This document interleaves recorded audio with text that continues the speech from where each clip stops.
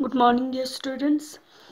आज हम पढ़ेंगे रेस्पिरेशन एंड मतलब ब्रीथिंग के बारे में, breathing and exchange of gases के बारे में। ठीक है, इसमें हमारे सिलेबस में है पल्मोनरी रेस्पिरेशन, ठीक है, रेस्पिरेटरी वॉल्यूम्स एंड कैपेसिटीज है, ठीक है, डिफरेंट रेस्पिरेटरी पिगमेंट्स है, ठीक है। तो ये सारे, ठीक है, रेस्पिरेशन में एक्सचेंज ऑफ गैसेस है, ठीक है। तो ये सारे हमें breathing and exchange of gases या रेस्पिरेशन एंड ब्रीथिंग में हमें पढ़ना है, ठीक है। तो फर्स्ट हमारे टॉपिक है पल्मोनरी रेस्पिरेशन, ठीक है। Pulmonary respiration means respiration through lungs, lungs के थ्रू जो रेस्पिरेशन होता है, ठीक है, खासकर मेमल्स में, ठीक है। मतलब अगर हम ह्यूमन के बारे में बात करें तो वी ह्यूमंस हम किससे रेस्पायर करते हैं? We humans respire through our lungs. जो एनिमल्स, ठीक है, जो एनिमल्स रेस्पायर करता है लंग्स के थ्रू, ठीक है, उनको कहा जाता है पल्मोनरी रेस्पिरेशन, ठीक है। पल्मोनरी मीन्स लंग्स, ठीक है। अब हमें पता है कि जो रेस्पिरेशन, पहले तो हमें पता होना चाहिए कि ब्रीथिंग किससे कहते हैं, ठीक है।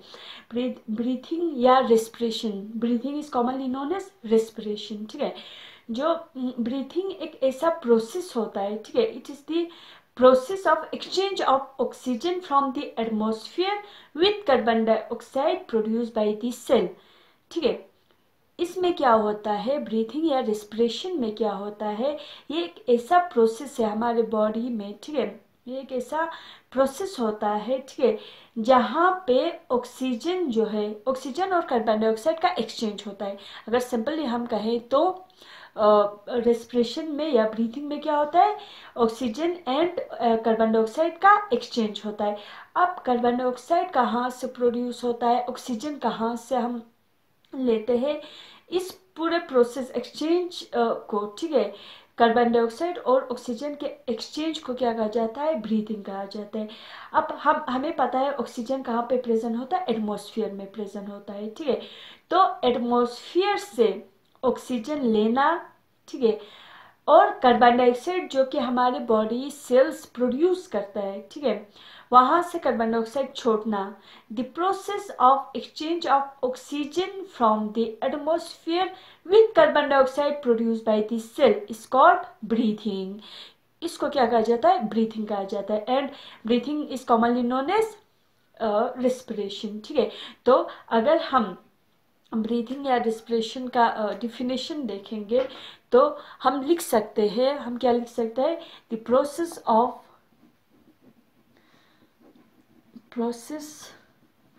Of exchange of oxygen from the atmosphere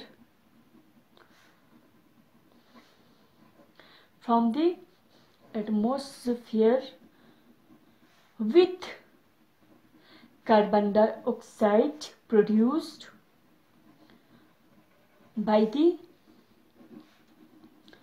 cells is called breathing. Breathing is commonly known as respiration, ठीक है, ब्रीथिंग।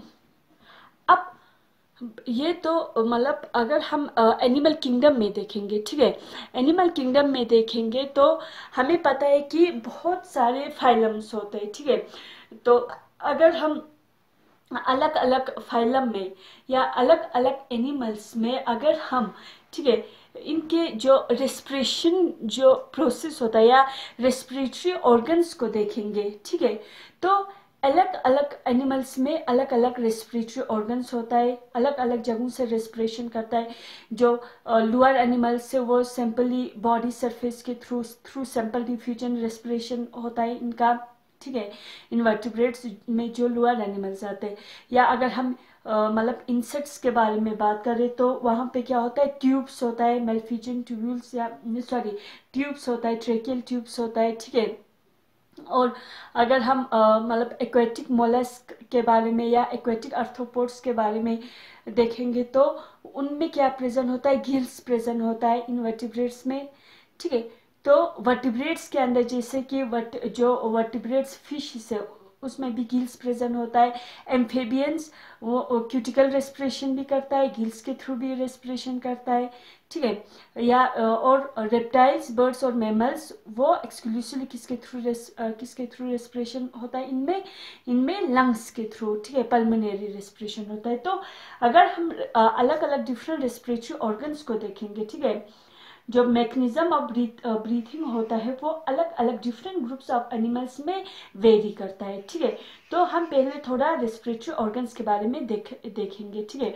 रेस्पिरेटरी ऑर्गन्स, ठीक है, respiratory organs in different animals, organs in, या respiratory organs in different animals लिख सकते हैं, या respiratory organs ही simply हम लिखेंगे, ठीक है। तो हमें पता है कि जो ब्रीथिंग मैकेनिज्म है वो डिफरेंट ग्रुप्स ऑफ एनिमल्स में क्या होता है, वेरी होता है, ठीक है।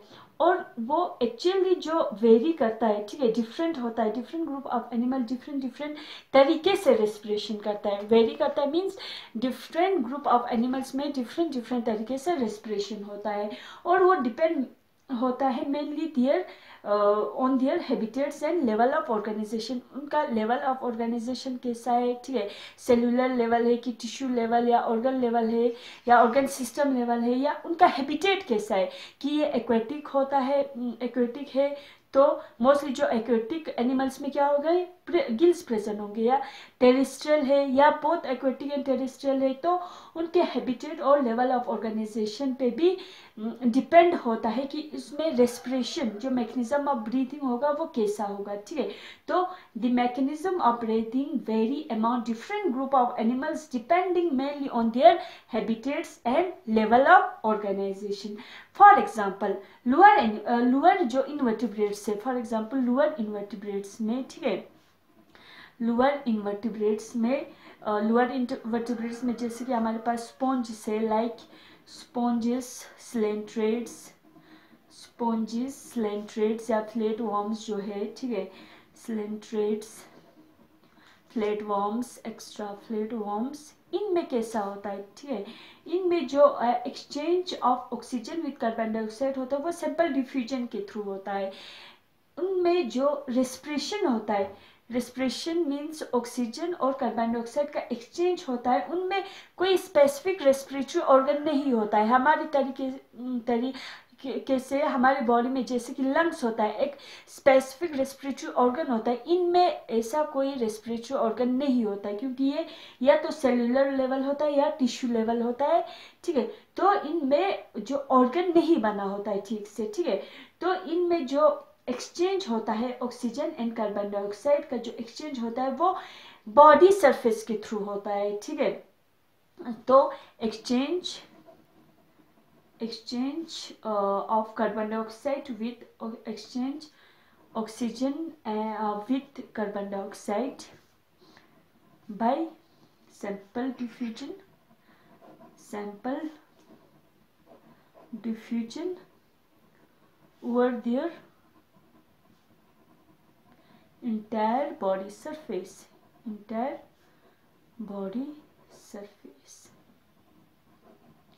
ये हो गया लोअर इनवर्टिब्रेट्स में, स्पॉन्ज, स्लेंट्रेट्स, फ्लैट वॉर्म्स में थ्रू बॉडी सरफेस के थ्रू एक्सचेंज ऑफ गैसेस होता है, ऑक्सीजन और कार्बन डाइऑक्साइड, ऑक्सीजन अंदर आ जाता है बॉडी सरफेस के थ्रू और कार्बन डाइऑक्साइड बाहर चला जाता है, ठीक है, सिंपल डिफ्यूजन के थ्रू, प्रोसेस के थ्रू, ठीक है। अब जो इनवर्टिब्रेट्स में जो अर्थवॉर्म है, जो एनिलिड्स है, ठीक है, अर्थवॉर्म जो है वो रेस्पिरेशन करता है थ्रू देयर मॉइस्ट क्यूटिकल, ठीक है। तो हम लिख सकते हैं अर्थवॉर्म किस में आते हैं, फाइलम एनिलिडा में, ठीक है, use their moist cuticle for exchange of gases, ठीक है। इसी तरीके से ही इनवर्टिब्रेट्स में जो इंसेक्ट्स होता है, ठीक है, इसमें ट्रेकियल ट्यूब्स प्रेजेंट होता है, नेटवर्क ऑफ ट्यूब्स प्रेजेंट होता है, ठीक है, फॉर एक्सचेंज ऑफ गैसेस, ठीक है। तो इंसेक्ट्स हैव ट्रेकियल ट्यूब्स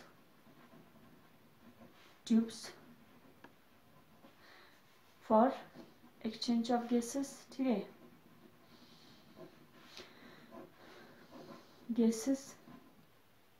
ठीक है। इसी तरीके से ही इनवर्टिब्रेट्स में जो एक्वेटिक आर्थ्रोपोड्स है, ठीक है, उनमें और एक्वेटिक मोलस्क में क्या होता है, गिल्स प्रेजेंट होता है। स्पेशलाइज जो वेस्कुलर स्ट्रक्चर होता है, स्पेशल वेस्कुलराइज्ड स्ट्रक्चर होता है गिल्स, ठीक है। तो एक्वेटिक आर्थ्रोपोड्स और मोलस्क किसके थ्रू रेस्पायर करता है, थ्रू गिल्स। तो एक्वेटिक, ये सारे हम इनवर्टिब्रेट्स के बारे में बात कर रहे हैं, ठीक है। Aquatic arthropods and mollusc use gills, ठीक है। तो इनमें क्या प्रेजेंट होता है, गिल्स प्रेजेंट होता है फॉर एक्सचेंज ऑफ गैसेस, ठीक है, ठीक है। और टेरेस्ट्रियल फॉर्म में इनमें, ये तो एक्वेटिक फॉर्म में हो गया, टेरेस्ट्रियल फॉर्म में इनमें क्या होता है, लंग्स प्रेजेंट होता है, ठीक है।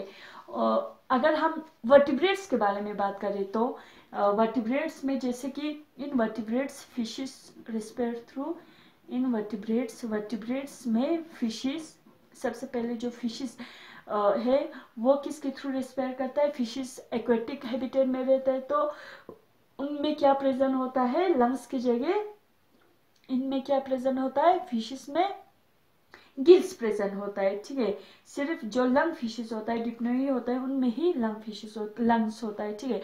सो इनवर्टिब्रेट्स फिशेस यूज गिल्स, ठीक है। और एम्फीबियंस क्या यूज करता है, amphibians like frog, amphibians like frogs can respire through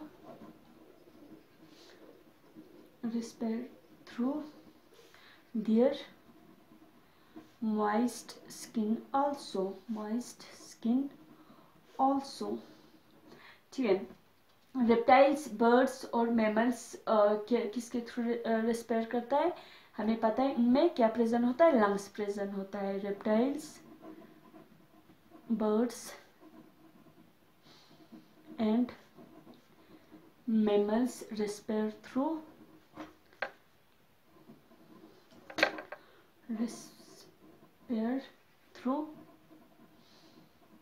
lungs, ठीक है।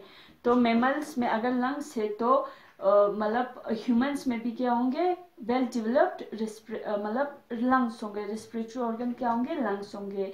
तो मैमल्स है वेल डेवलप्ड रेस्पिरेटरी सिस्टम, ठीक है। मैमल्स है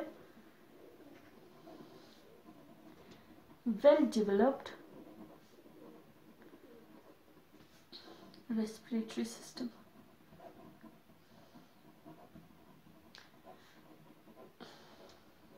तो ये हो गया कुछ रेस्पिरेटरी ऑर्गन्स के बारे में। अलग अलग एनिमल्स में, एनिमल किंगडम में, अलग अलग फाइलम में कैसे कैसे रेस्पिरेशन होता है, किसके थ्रू रेस्पिरेशन होता है। फॉर एग्जांपल हमने देखा कि जो लोअर इनवर्टिब्रेट्स है, ठीक है, जैसे कि हमारे स्लेंट्रेट्स, स्पॉन्जिस, फ्लैट वर्म्स है, उनमें कैसे होता है respiration through general body surface के थ्रू ही रेस्पिरेशन होता है, ठीक है।